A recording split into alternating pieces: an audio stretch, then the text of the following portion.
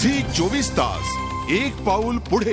एकेकाळचे शिवसैनिक आणि सध्याचे राष्ट्रवादीचे खंदे नेते भास्कर जाधव यांनी शिवसेनेचे पक्षप्रमुख उद्धव ठाकरे आणि त्यांचे पुत्र आदित्य ठाकरे यांची नक्कल करत शिवसेनेला एक प्रकारे डिवचलेला आहे। निमित्त होतं गुहागरमधील शिवसेना पदाधिकाऱ्यांचा राष्ट्रवादीमध्ये प्रवेश। अजित पवारांच्या उपस्थितीत मुंबईत झालेल्या या कार्यक्रमात जाधवांनी आदित्य यांचा उल्लेख वासरू असा करत त्यांच्या आवाजाची नक्कल केली। तर उद्धव ठाकरेंवरही त्यांनी शेलके शब्दात टीका केली। उद्धव ठाकरे अनेकदा भाषणात मर्द या शब्दाचा वापर करतात, त्यावरच त्यांनी एक प्रकारे व्यंग साधलाय। आता यावर उद्धव ठाकरे आणि शिवसेना जाधवांना उत्तर कसं देणार याकडे सगळ्यांचंच लक्ष आहे। तसंच हा वाद चिघळणार का अशीही चर्चा सुरू झालेली आहे। अतिशय महत्त्वाची यावेळेची बातमी, एकेकाळचे शिवसैनिक आणि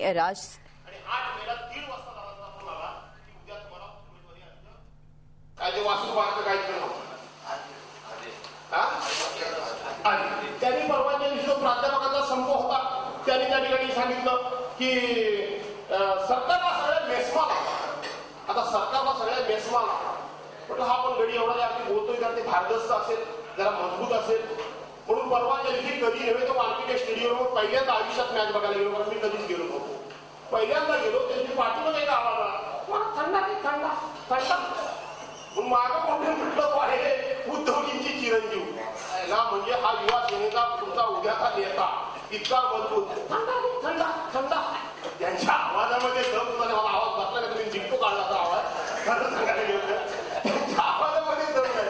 आज उद्धव ठाकरे जर पक्ष उभे राहिले तर तुम्हाला माहिती आहे बाजूला निरम गोरे असतात, ते असं हल्ली काही असं काढले नाही, बघितलं की असं काढले नाही, ते एका बाजूला त्याला निरम वगैरे हातवर करतात, बघा आहे का नाही पिक्चर, ते ह्याच्यावर युट्यूबवर पण आहे, त्यांना आधार असा निरम गोरेंचा देतात। आणि काय चाललंय हे एक वेळ मर्दाची संघटना, काल परवा तुमची नगरपालिकेची निवडणूक झाली, नगरपंचायतीच्या निवडणुकीला तुम्हाला एकही पुरुषाला सीट दिली नाही, महिलांना दिल्या 2 जागा, मला त्याचा अभिमान आहे, निवडून आलेला तो भाग मिळाला, माझ्या आले तो आनंद आहे, त्याच्याबद्दल काय नाही, परंतु ही मर्दाची संघटना की तुम्हाला एकही जागा नाही, कशा करताय सगळं दिवस रात्र मारताय।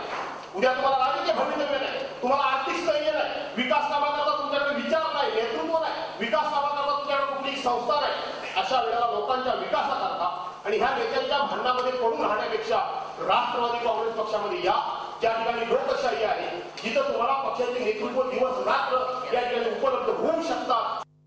झी 24 तास एक पाऊल पुढे।